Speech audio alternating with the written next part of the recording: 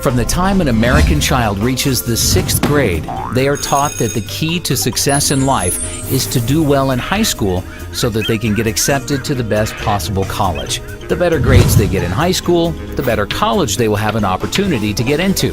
They are taught that if they get into a great college and get their college degree, any type of job they desire in the field of their choice will be there waiting for them.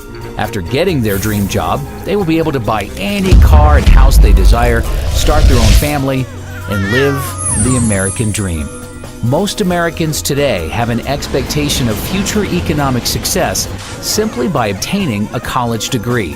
The entire purpose of elementary school is to prepare students for high school, and the entire purpose of high school is to prepare students for college. In fact, the U.S. now has hundreds of private college preparatory high schools that, at a cost of $25,000 per year, are supposed to increase students' chances of getting into a top-tier college. Students are taught to believe that if they don't go to college, they will be on a path to nowhere and will have no chance of ever building a successful career. Government regulations like No Child Left Behind have left grade and high schools in shambles. Instead of teachers having the freedom to think outside the box and use creative techniques to prepare their students for the real world, they are forced to be narrow-minded and teach with worthless information that will never help their students have successful careers. Today, there are no high schools left in America that teach students the knowledge necessary to start their own business, invent their own product, or even how to use the internet and other free resources to become educated about things without attending college. The annual cost to attend the average private four-year college in America today is $27,293, up 29% from 5 years ago during the 2005-2006 school year when the annual tuition cost $21,235. This does not include the cost of textbooks, which have tripled over the past decade. Colleges are now charging $200 for each single textbook that has no resale value because they put out new, slightly revised versions with a new name each year. The textbook publishers are even colluding with college bookstores to make custom textbooks so that students can't save money by buying them online. Colleges are getting kickbacks from publishers in order to destroy the used textbook market, which by itself is proof enough that college administrators are only interested in lining their own pockets and have no interest in helping their students.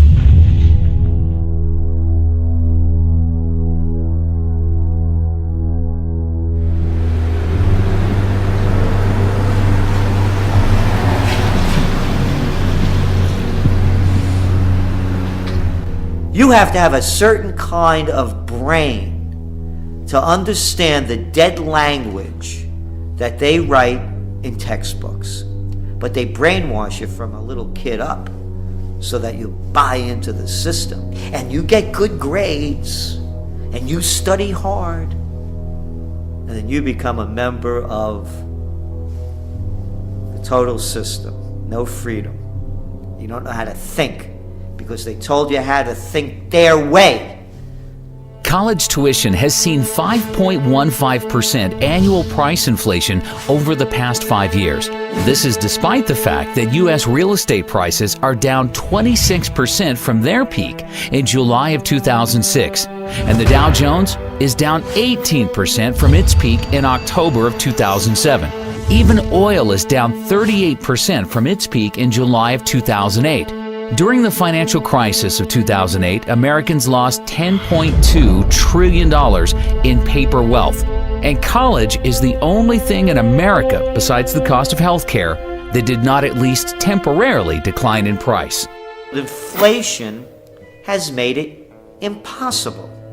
Again, when I was a kid, you never heard parents saying, we're planning and putting money away for your education because it's going to cost us $100,000 and we have to keep putting that money away so that when you graduate, not only will you not pay us back, you're not even going to get a job. Over just a 2-year period from December of 2007 through December of 2009, 8,363,000 jobs in America were lost, or 6.1% of total jobs. 1 year later, in December of 2010, thanks to the Federal Reserve and the U.S. government spending $4.6 trillion on bailouts, stimulus programs, and other government spending, 1.124 million jobs in America, or 0.9% of total jobs, had been recovered. That is over $4 million spent for each job created. As we move deeper into this great recession that we believe, as inflation continues to skyrocket, the reality of a Great Depression will come in, because people will realize that all that worthless money you have can't buy you much of anything. You're going to see more and more people, as they're already doing it, believing that by going to college, that's going to be their passport to the future. It's not what it used to be. A degree, a college degree, a BS, what does that buy you? And I love the mentality. The mentality is this, that corporations and businesses won't hire a person unless they get a degree. Not me. I don't care if you have a degree. It makes absolutely no difference. I want you to have a mind, be able to think for yourself and think on your feet, and be energetic and love what you're doing and have a passion in so many different other ways. Not to be able to just regurgitate what you're being told. And that's all it's come to. It's regurgitation. During an economic downturn, when Americans are losing their jobs, their primary instinct is to seek higher education in order to make themselves more attractive to potential employers and better position themselves to receive a job. However, how are Americans supposed to spend $27,293 per year for college when they have no savings or income to pay for it? The U.S. government, with the backing of the Federal Reserve, in the same way they created the real estate bubble by providing mortgages to all Americans through Fannie Mae and Freddie Mac, regardless of whether or not they had any capacity to pay the loans back, has been using the exact same easy lending practices to create one of the largest bubbles in U.S. history, the college bubble. College students borrowed $106 billion in total student loans for the 2009-2010 school year, up from $96 billion in 2008-2009, $94 billion in 2007-2008, $87 billion in 2006-2007, and $83 billion in 2005-2006. Total student loan debt in the U.S. currently stands at $830 billion and now exceeds credit card debt.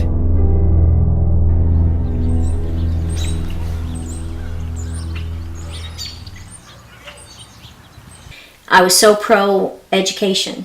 That's all I wanted in my life, was an education. And you know, I'd like to still be pro-education, Right. but to put anybody through what I've been through, no. Really, in my case, the education, I think, really ruined my life. Right. So, I mean, I would have been better off if I just would have gone to work at, you know, McDonald's or something, actually. So, That is unbelievable. because this is a debt I can never get over.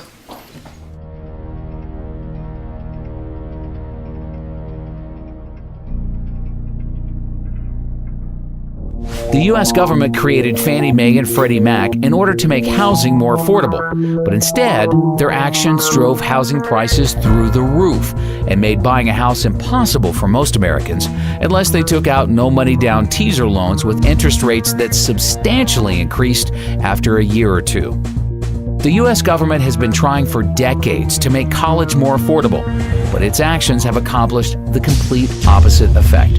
College is now impossible for most students to afford without getting deeply into debt to do so.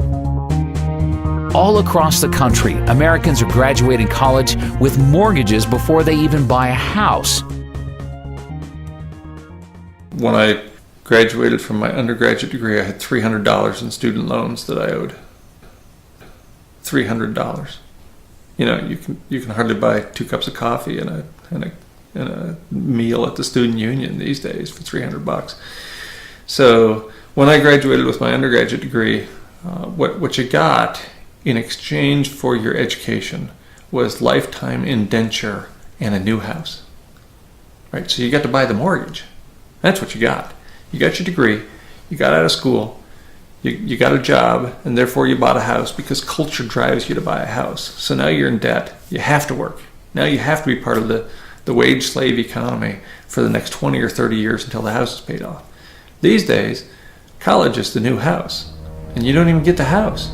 As soon as you get out of school, you're indentured for life.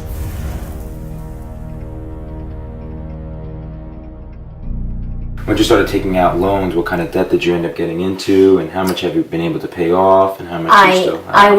When I walked out of dental school, I was $136,000 in debt, and I have paid in close to $100,000 right now. They say I owe $300,000, so I still have quite a bit, obviously, that I can't manage anymore.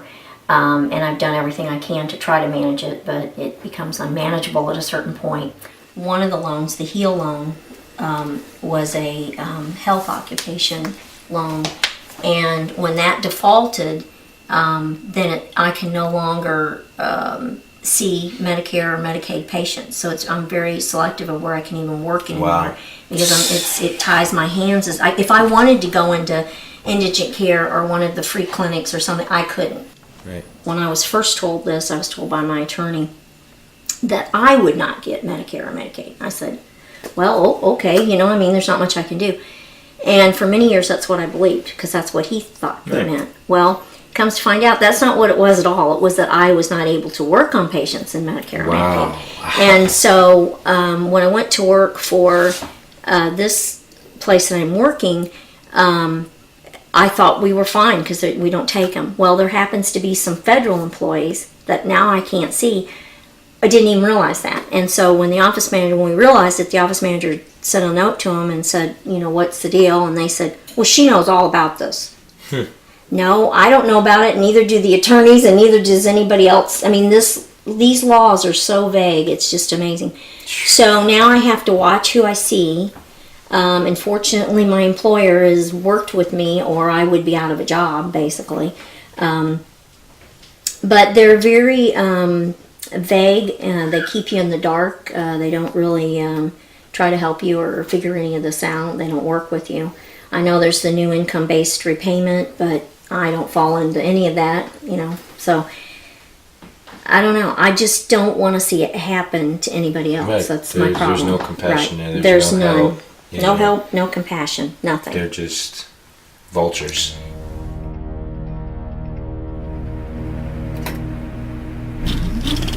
Back in the 1970s, the average college student was able to afford their college tuition without any student loans or help from their parents. They were able to pay for college by working a part-time job year-round or by simply working full-time during the summer when they were off from school.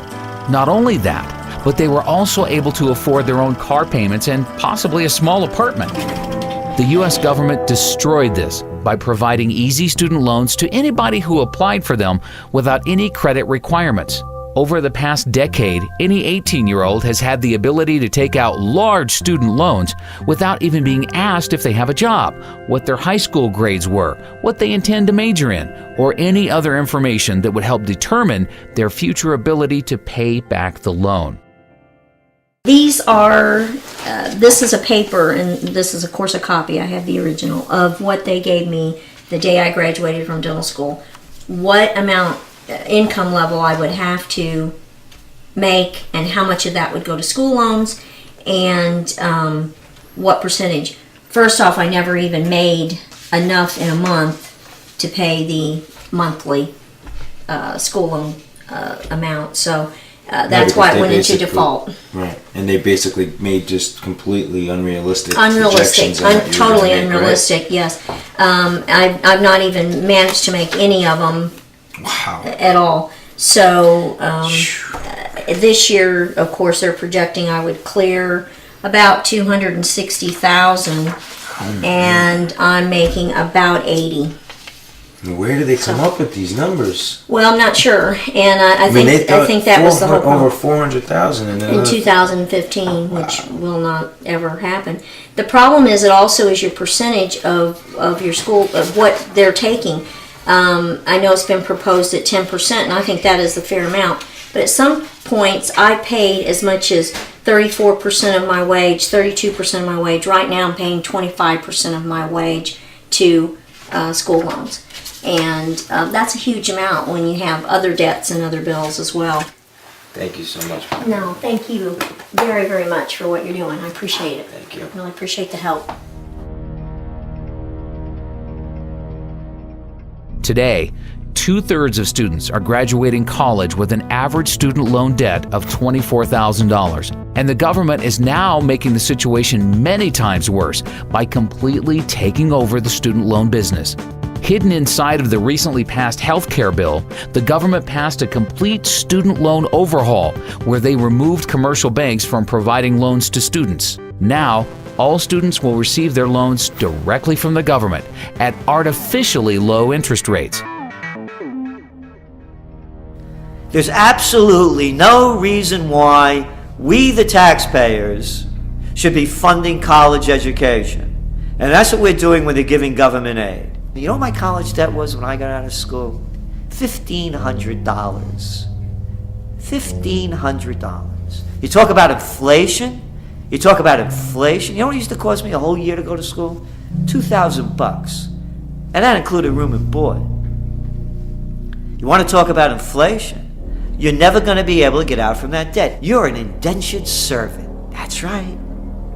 That $120,000 you owe, the $80,000, the $40,000, the $250,000 if you're a good student that went to law school and you're that much in debt without a job, you have to pay it back. There is no way out. That's the system.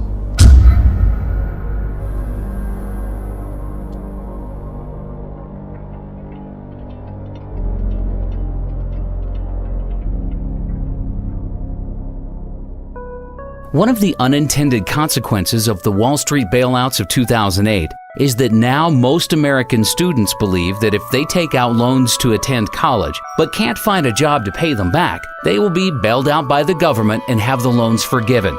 NIA believes this is indeed what will ultimately happen, and therefore it will be U.S. taxpayers who end up paying for the artificially inflated, sky-high tuitions for all college students who can't or choose not to repay their loans. It won't only be taxpayers who suffer. All holders of U.S. dollars worldwide will ultimately pay for everybody's student loans, as the Federal Reserve is likely to print the money to make up for these bad debts, which will lead to hyperinflation and a worthless U.S. dollar. Many students are outright abusing the system. Although government student loans get sent directly to the college or university to pay for a student's tuition, private student loans that are guaranteed by the government usually get sent directly to the student in the form of a check. NIA has been hearing countless reports of students using this free student loan money to buy food, electronics, clothing, jewelry, even cars. The friend of one NIA member used his student loan money to rent and furnish a fancy apartment in Manhattan and didn't even go to college. Even when the loan comes directly from the government and goes straight to the college, there is often thousands of dollars left over each semester after tuition is paid for. This extra money then gets dispersed directly to the student in the form of a check. There is an epidemic in America of students using their student loan money for non-educational purposes, and absolutely nothing is being done to stop this from happening. This is complete insanity, and all Americans will pay for the madness in the very near future. One NIA member from Kansas City, Missouri, has a wife who was one semester short of obtaining her teacher's degree. Instead of borrowing the $8,000 required for tuition at Northwest Missouri State University, she took out a government student loan for $13,000 and used the extra $5,000 to buy a used car. Unfortunately, shortly before graduating, Kansas City closed several schools and laid off 300 teachers. She is now working at a school cafeteria for $8.50 an hour. Although she was required to make monthly payments of $146 for 10 years, after calling the government student loan office and inquiring about their income-based payment plan, they agreed to reduce her monthly payments to zero. With all the modern technological advances the world has been experiencing in recent years, the cost of a quality college education in America should be getting cheaper. It is now cheaper to purchase a plasma television or laptop computer than years ago because the government doesn't subsidize purchases of these products. If there was a true free market in college education, colleges would be figuring out more cost-efficient ways to educate students using modern technology in order to bring tuitions down and compete against each other for the enrollment of students. By guaranteeing student loans and providing too much financial aid to students, the U.S. government destroyed the free market in college education. One NIA member who is 50% owner of a private vocational school tells us that he is legally forced to raise tuitions every time the government raises financial aid to students. The government's 90-10 rule mandates that at least 10% of a private for-profit college's income comes from non-federal government sources. Therefore, private for-profit colleges must keep raising tuitions to stay within the 90-10 rule. The government needs to get out of the education business completely and allow private banks to re-enter the market and compete against each other in order to offer loans at reasonable interest rates to students who will have the best ability to pay them back. The reality is, the majority of the students who qualify for loans today from the government would no longer qualify. But this will force colleges to either bring down their expenses in order to charge affordable tuitions or close their doors for good. Colleges in America spent $10.7 billion on construction projects in 2009, down from an average $14.7 billion spent per year from 2005 to 2007, but still very excessive. Colleges have recklessly spent to build new libraries, gyms, sports arenas, housing units, etc., all for the purpose of impressing potential students and their families. None of these projects have added anything to the quality of college education in the U.S. Many colleges have very large levels of debt they undertook to build new construction. With most college endowment funds being crushed in recent years due to collapsing real estate and stock market prices, many colleges have very poor balance sheets that won't be able to withstand the slightest drop in enrollments. Jocks! Grown-up jocks! Excuse me, they're coaches now. Hey, coach. Making millions of dollars. For what does this have to do with education? What a waste. What a waste. 2-bit universities fielding baseball teams, football teams, basketball teams. For what? To entertain the kids? Yeah, you can do this if you're a very rich society and you have the money to waste. But not during a Great Recession. And not as the median household income of the country continues to decline. And not as you're sending all of these kids to get degrees in worthlessness, because that's what these university degrees are, a lot of them. It's a waste of money, it's a waste of energy, and it's an affront to anyone who really wants to think seriously about an education, because it has nothing to do with the NCAA. We are sort of seeing the perfect storm. We have seen all this construction in the past few years, and if you're a college president, putting your name on a building is quite nice. But you are not there, you probably have moved on somewhere else while your name is on the building, but now the operation and maintenance costs are now falling due. And that was never part of the original bond issue, so now we have all these facilities coming online. Students, are being stressed financially, parents are being stressed financially, tuition is going up like crazy. Even those schools that are lucky to have endowments, typically they are not having the return they used to have in the old days. So there is just this tremendous culmination of things all coming together that is just going to just stress the system completely. We just saw that there were even riots in UCLA when they saw a 32% increase in tuition. I mean, do you think that we'll start to see a lot more, riots and students getting angry at these tuition prices? I would love to see a little more activism on the part of my students. I think they have been taking this now for such a long time that maybe it's just part of the scenery now, and they're not really worried about it anymore. And I also think a person that's 20 years old, 22 years old, does not realize the implications of not being able to escape student loan debt.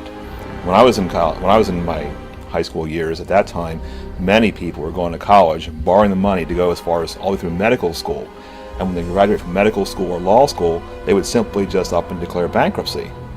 But in its wisdom a few years ago, as you probably know, Congress changed those rules and that you can no longer discharge student loan debt through bankruptcy. And now, even if you happen to make it to Social Security and you still owe them money, they're going to come after your Social Security check, if it exists, which I don't think it will. With NIA projecting all U.S. interest rates to rise dramatically over the next few years to multi-decade highs, many colleges will likely be forced to double or triple their average tuition inflation rate to 10 or 15% just to cover rising interest payments. As the word spreads about this documentary and Americans become educated to the truth, more and more students will wake up to the fact that college education is the largest scam in American history. We are about to reach a point where students say enough is enough and refuse to pay higher tuition prices. There are currently a total of 4,168 public and private 2- and 4-year colleges in the U.S. In the near future, as the U.S. dollar begins to collapse and American families are forced to spend more than 30% of their income on food, we expect to see a sharp contraction in the number of colleges in America. NIA conservatively believes 20% of American colleges will close by the year 2020. Of the colleges that remain open, NIA projects an average decline in enrollments by the end of this decade of between 15 and 30%. In fact, enrollments by American students in each college could decline by as much as 50%, with Chinese students using their soon-to-be strong yuan to become educated in the U.S. and price American students out of the market. NIA also projects for most colleges to reduce their faculty sizes by between 25% and 40%, which will mean larger class sizes and a further decline in the quality of education. If we were doing such a wonderful job and producing such geniuses coming out of universities, you think we'd be in the problems that we're in now? Do you think that we would be among the most unhealthy nation of people in developed nations? Do you think that we would be gobbling down junk food? Do you think that we would be prescription drug addicts as a society? Do you think that we would be in the greatest recession that's heading toward the greatest depression?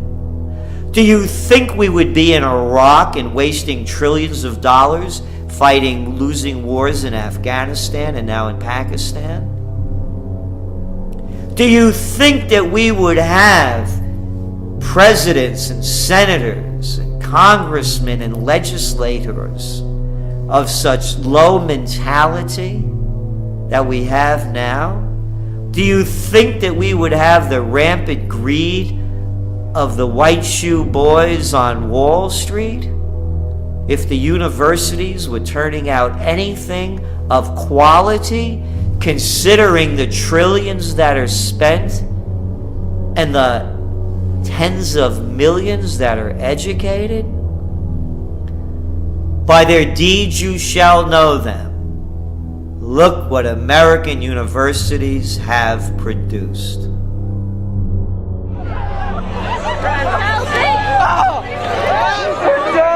The simple truth is, any American high school student who has any savings put away that they are planning to spend on college would be much better off simply investing this money into physical silver. A senior in high school with $30,000 in savings who buys physical silver today will likely have enough money to buy the median U.S. home 4 years from now. while all of their friends will be graduating college with no job or money to buy a house, but will be stuck with hundreds of thousands of dollars in debt and a worthless piece of paper called a college degree. How worthless is education? Let me count the ways in my worthless college degree. Worthless. That's what a college degree is worth. Here's my worthless law degree. Equally as worthless. Here's my worthless license to practice law. Worthless. And here's my worthless computer science degree. Also worthless. That's the value of education.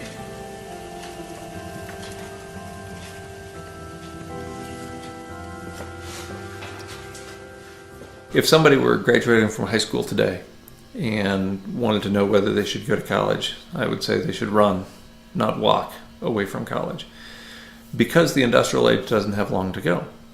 There's no way that I would encourage somebody to go 4 years or more to undergraduate school, rack up a bunch of debt, and learn a bunch of nonsense that isn't going to do them any good when there's no fuel at the filling station, no food at the grocery store, and no water coming out of the municipal taps. Well, why would you go to college to go into a huge amount of debt to get nothing in return, not even something that might facilitate your survival, much less your ability to thrive? So at this point, at this late era in the industrial economy, I wouldn't encourage anybody to go to college. It hasn't been a very good deal for quite a while, and it certainly is a really bad deal now. I confer upon you the degree for which you have worked so hard, with all the rights, privileges, and responsibilities thereto. Congratulations.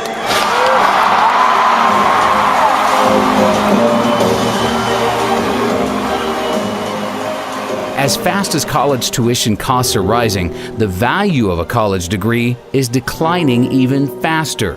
The youth in America today need to be taught to think for themselves and realize that there is no value to having a college degree if everyone else has one. I was in the student union where graduation was about to take place, and they had a series of plaques on the wall. And they listed all the students who had graduated with a 4.0 grade point average. And the first plaque had, all the plaques were basically full of names. But the first plaque had the first 50 or 60 years of the university represented. To fill that plaque with the 20 or so names on it required 50 or 60 years of higher education. Of course, in the most recent 5 years, there were multiple plaques for every year. We're churning out 4.0 students at the rate of a couple hundred a year. That used to mean something. If you're the only person that in the first 40 years of the history of the institution to have a 4.0, that's meaningful. Now everybody's a 4-point student. Our standards have fallen so profoundly that anybody with a heartbeat can get a 4-point average. It's just absurd. The U.S. Bureau of Labor Statistics reported in April of last year that as of October 2009, 70.1% of 2009 high school graduates were enrolled in colleges or universities, an all-time high since they began keeping this statistic, and up from 68.6% of 2008 high school graduates enrolling into college. In other words, there is no longer anything special about a college degree in America if 70% of everybody else is also attending college to receive one. NIA is working hard to ensure that it will soon become common knowledge in the U.S.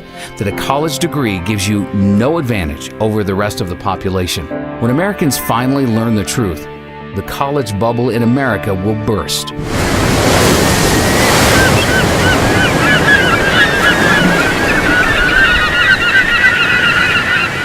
College enrollment has been increasing really since the late 80s. But what kind of is an unknown secret is since 1992, the majority of college graduates, 60% of them, were in positions that the BLS considered low scale and typically did not require a high school education. For example, 20% of all the new waiter and waitressing positions created since 1992 have been filled by college graduates.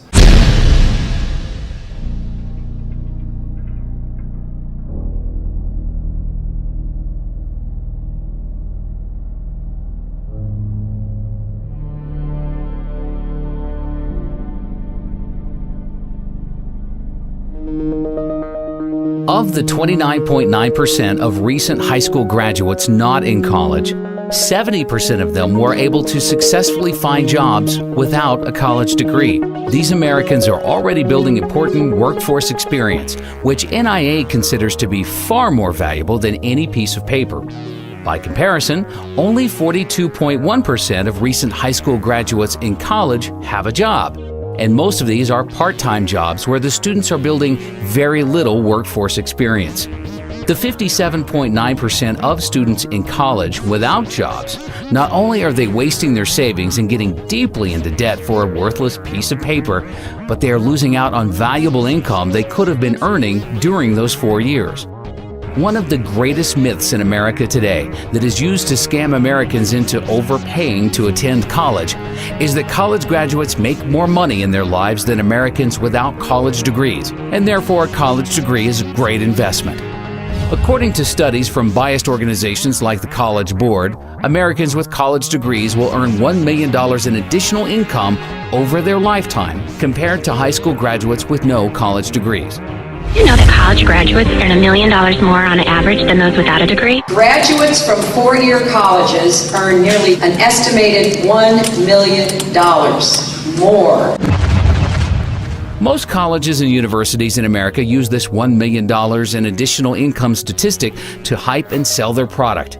It has been repeated so many times that it's just about been accepted by all with nobody questioning its validity.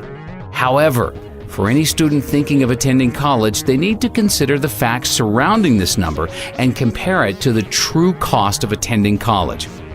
With the cost of annual college tuition now at $27,293, if we assume continued 5.15% college tuition inflation over the next 4 years, the average cost for a student entering college now to receive their bachelor's degree in 4 years will be $117,900. Therefore, even with the current college inflation crisis, an expenditure of $117,900 on the surface seems like a good investment if the return will be $1 million. The secret truth is, most college students do not receive their degree in 4 years. The Americans who are earning $1 million more in their lifetimes are actually spending an average of 6 years in college before receiving their degrees. Therefore, assuming continued 5.15% college tuition inflation for years 5 and 6, the total cost for the average student's degree in order to earn their $1 million in extra income will be $186,349. For those who borrow that full amount and pay it back over 10 years at a 6% interest rate, the additional interest expense would be $61,914, bringing the total cost of the degree up to $248,263. Then you need to consider the matter of lost income. The average high school graduate who finds an entry-level job without a college degree earns $35,400 per year over the first 6 years. For the majority of college students who don't have jobs, they are losing $212,400 in income over their 6 years in college. Combining the expected cost to attend college for 6 years with potential interest expenses and lost income, and now we are at a total cost of $460,663, all for the hope of earning an extra $1 million over a lifetime. Another important fact is, all of the reports that show $1 million in extra income for college graduates over high school graduates include students who receive GEDs as being high school graduates. Most GED recipients weren't motivated enough to graduate high school and therefore shouldn't be included in these statistics as real high school graduates. NIA believes GED recipients are unfairly skewing down high school graduates' average incomes. Also, the simple truth is, some Americans are just more motivated than others to make money and have successful careers. Somebody who wants to earn a high income usually goes to college because they have been suckered into believing it offers them the greatest ability to do so. Whereas most Americans who don't attend college don't have as strong a desire to have a successful career. 95% of college graduates interviewed by NIA with annual incomes above $200,000 tell us that their college degrees had absolutely nothing to do with their business success. In fact, of these same people surveyed, 90% of them said that they probably would have become successful at a much earlier age and be making even more money today if they didn't waste so many years of their life attending college. The phony $1 million in additional income study that was conceived by the education industry in order to deceive Americans into overpaying to attend college is just one of many false, misleading studies that they have created in an effort to create an illusion that college is a good investment, no matter how high tuition prices rise. The mainstream media has been working with the education industry and helping them perpetrate their schemes on the American public. One of these schemes was the 2008 pharmacist shortage hoax. 3 years ago, there were 15 new pharmacist schools getting ready to open in the U.S. In order to create artificial demand for enrollments to all of these new schools, the industry decided to create an illusion that there was a huge shortage of pharmacists in the country that will continue for the rest of the decade, with 150,000 new pharmacist jobs needed by 2020. One place where the U.S. economy has too many jobs and not enough applicants is in pharmacies. Because there's a shortage of pharmacists, many are overworked from putting in long hours. With pharmacies open 24 hours a day and a huge population of aging baby boomers consuming larger amounts of prescription drugs, it adds up to an industry that cannot find enough pharmacists to go around. From the student standpoint, and our students know that when they graduate, they have a job. I mean, in fact, they have a job even before they have graduated. It's not that they can practice as a pharmacist, but they know they have been offered already a job. So that's one of the positive side. On the negative side is the pressure that's put on the schools to really come up with the number of pharmacists that are needed in the future. By some estimates, the U.S. would need more than 150,000 new pharmacists by 2020 to match supply with industry demand. Experts say the pharmacist shortage will continue for at least a decade or more. In the meantime, at least 15 new pharmacy schools are expected to open their doors by 2010, even as existing schools expand in size.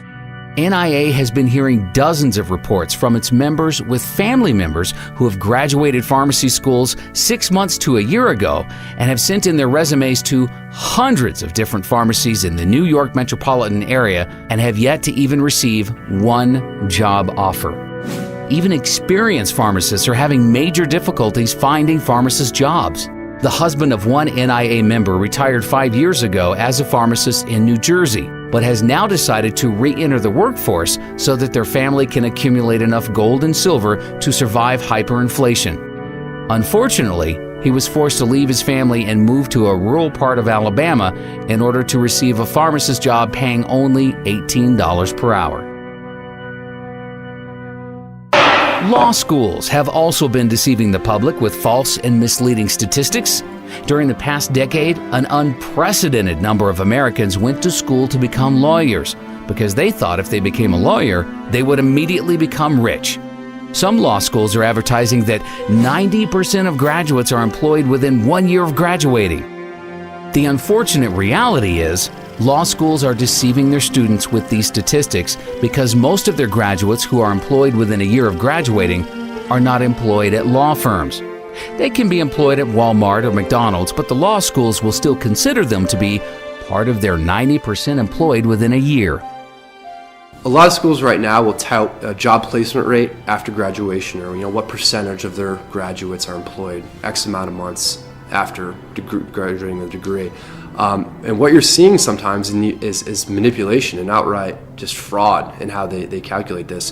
One major law school was recently admitted to hiring a bunch of unemployed legal graduates to work in their admissions group at the same time their placement rate survey was being conducted. So yes, were they employed at the time? Yes, but it wasn't an illegal profession. Law schools are handing out 43,000 law degrees each year, yet 15,000 attorney and legal staff jobs have disappeared since 2008. Many people wonder why 60% of the U.S. Senate and 37% of the U.S. House of Representatives are lawyers. Well, the reason is they go to Washington in order to pass as many new, harmful, and destructive laws and regulations as possible in order to provide enough work for all of their lawyer friends.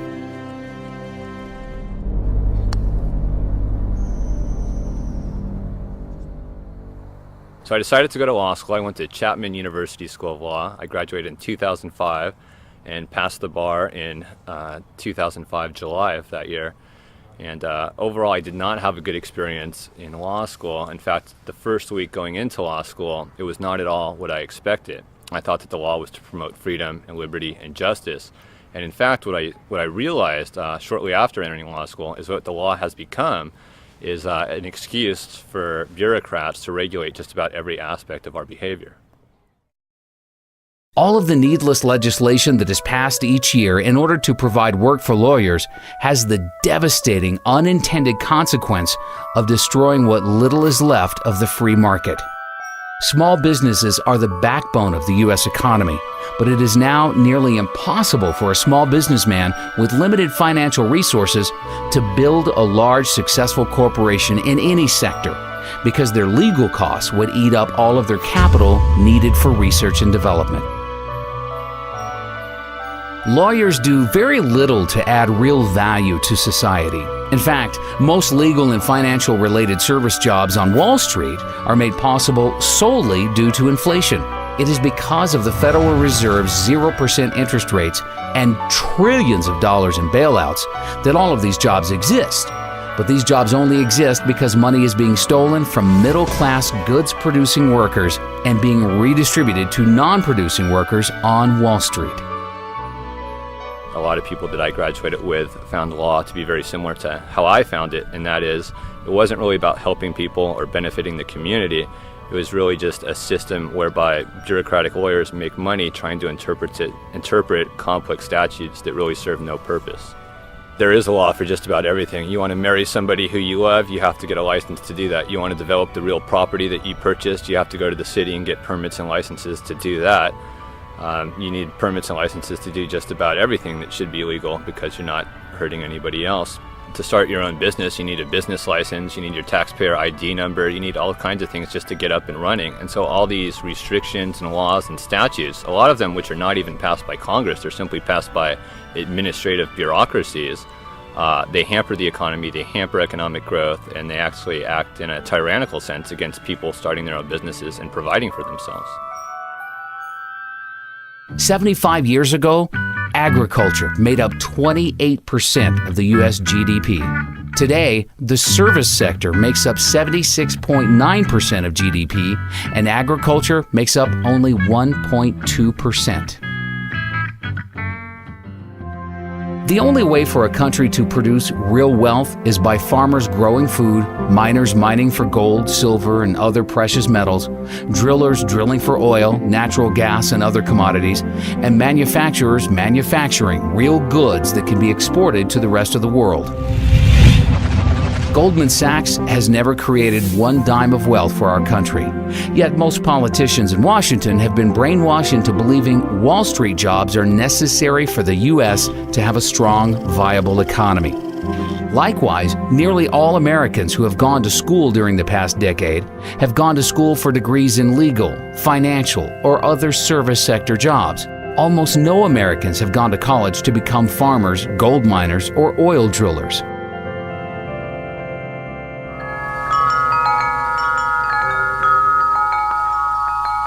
You can go to college and learn from somebody that doesn't have a farm, and they'll give you an ag business degree. You know, most of the people teaching college don't have a farm, don't know how to manage it, and don't want a farm. I say if you want to learn how to do something, try to study under the person that can do it the best that he can do. There are jobs everywhere. You have to create a job. You don't get a job, you make one. Americans have taken food for granted for far too long because Americans have been able to buy food at artificially low prices, with the average American family spending only 10% of their income on food. However, on October 30th, 2009, NIA published an article predicting inflation would appear next in food and agriculture. NIA said, a worldwide shortage of farmers combined with food inventories falling to record lows is setting up the perfect storm for an explosion in agriculture prices. From the time NIA wrote this article until now, we have experienced the largest ever short-term increase in agricultural commodity prices. Corn has risen by 75%, wheat by 65%, soybeans have risen 51%, sugar 45%, orange juice has risen by 58%, coffee has risen 71%, and cotton has risen 124%. Because very few Americans went to school to become a farmer, and everybody needs to eat, agricultural commodity prices will continue to skyrocket, and farmers are going to get wealthy in the years ahead, while lawyers and bankers will see a dramatic decline in their standard of living. The free market will adjust and see to it that lawyers, bankers, and other non-producing financial service workers see a 90% decline in their real incomes. Everybody can't be a college graduate. Somebody's got to grow food. You know, everybody can't ride the wagon. Somebody's got to pull it. Somebody's got to be taking some risks. Somebody's got to be thinking. Somebody's got to have the sweat. Last summer, this lady I was telling you about that bought some cattle from us, she came here to get some cattle in August, and my grandson was downstairs splitting firewood. We burn firewood in this building because it saves us about $600 a month over burning propane. So my grandson was cutting firewood, and he was swinging the axe down here and splitting logs.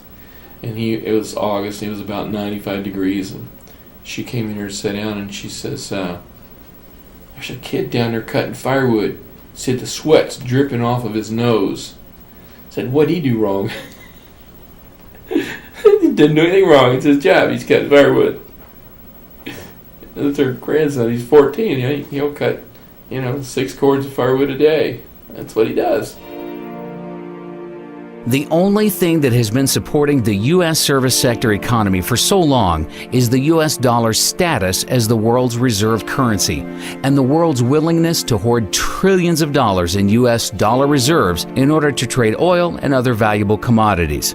The U.S. dollar became the world's reserve currency because it was backed by gold and the U.S. had the world's leading manufacturing base.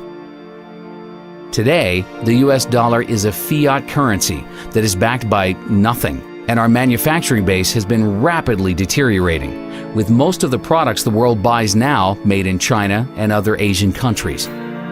The Federal Reserve just announced that it will print another $600 billion, which will dilute the purchasing power of the U.S. Treasuries held by our creditor nations and cause them to soon abandon the U.S. dollar as the world's reserve currency.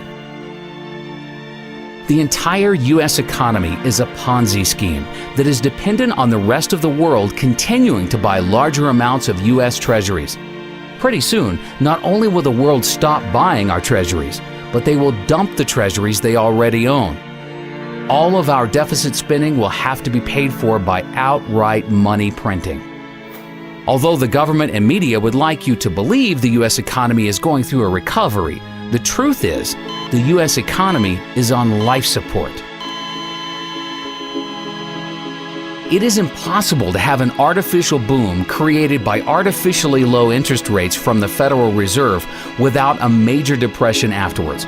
The U.S. real estate bubble was the largest artificial boom in history. The panic of 2008 was the free market trying to correct the imbalances with a bust. But the Federal Reserve prevented a necessary depression from happening by taking trillions of dollars of worthless assets onto its balance sheet. None of the imbalances have been fixed, and the real depression is still to come. But unlike the depression of the 1930s, which saw falling prices, the upcoming depression will be a hyperinflationary Great Depression, with prices for food, energy, and everything else Americans need to live and survive soaring through the roof.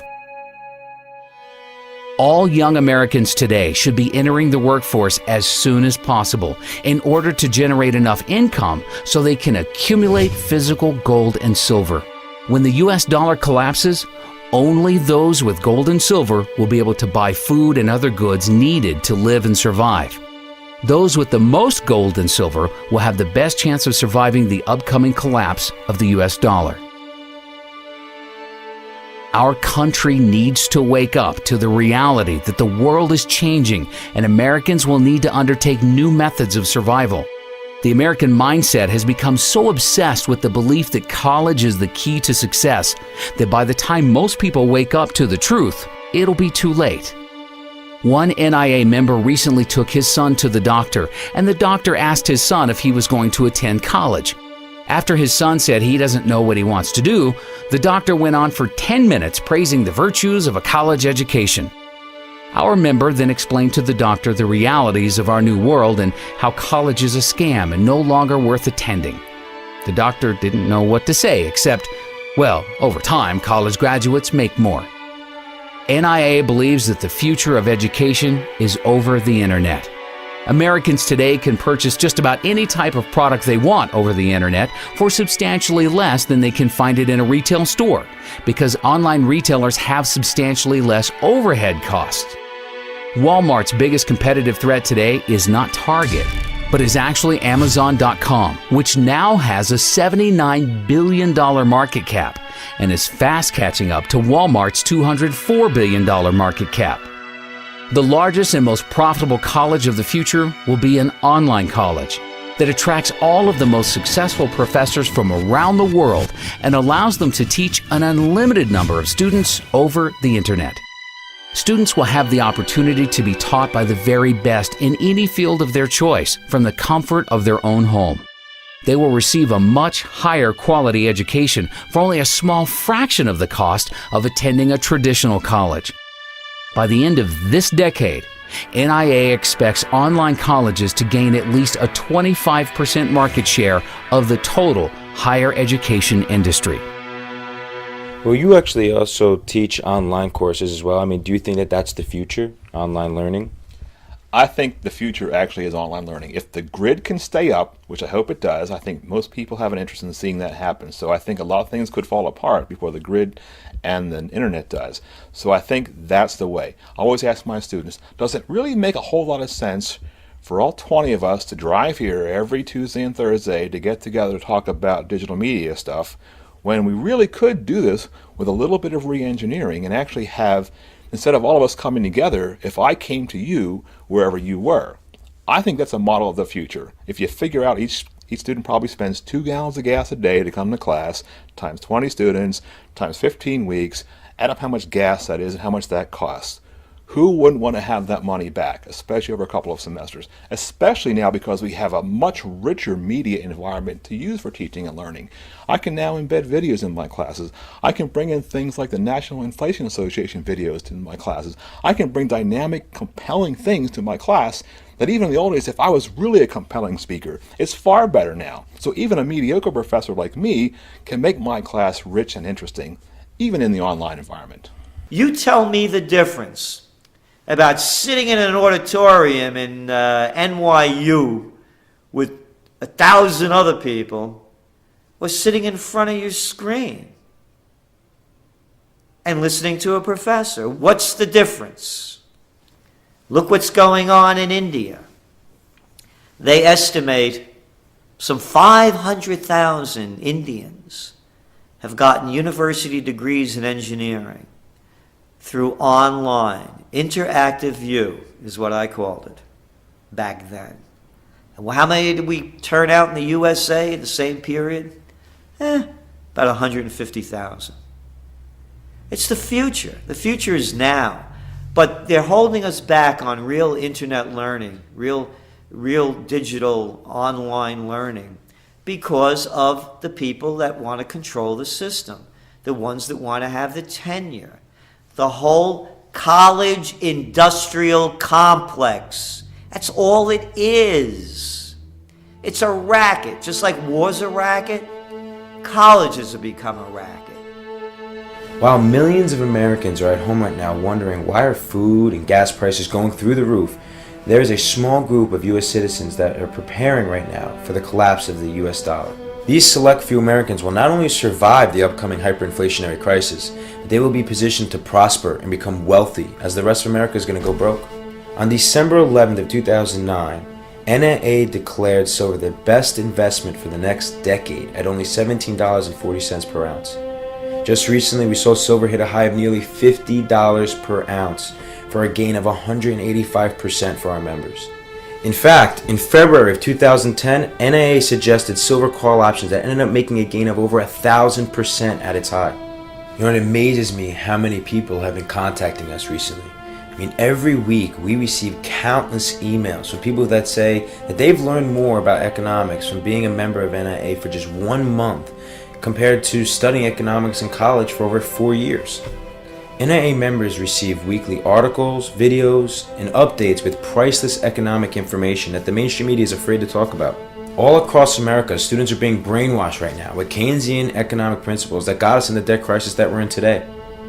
We are not going to solve our economic problems by making the same mistakes in the future. After the financial crisis in 2008, the U.S. should have went through a much-needed recession, where we saw the free market rebalance our economy from the ground floor. That way we would have built on a solid foundation, saw a real recovery with real economic growth in the future. A record 44.2 million Americans, or 14% of our population, are on food stamps right now to put food on the table. I mean, with the government about to go bust, these entitlement programs are a thing of the past. You know, 2/3 of Americans are getting ready to retire and actually believe that Social Security is going to be able to support 50% of their income. I mean, let's face it, retirement in America is also going to be ancient history. Even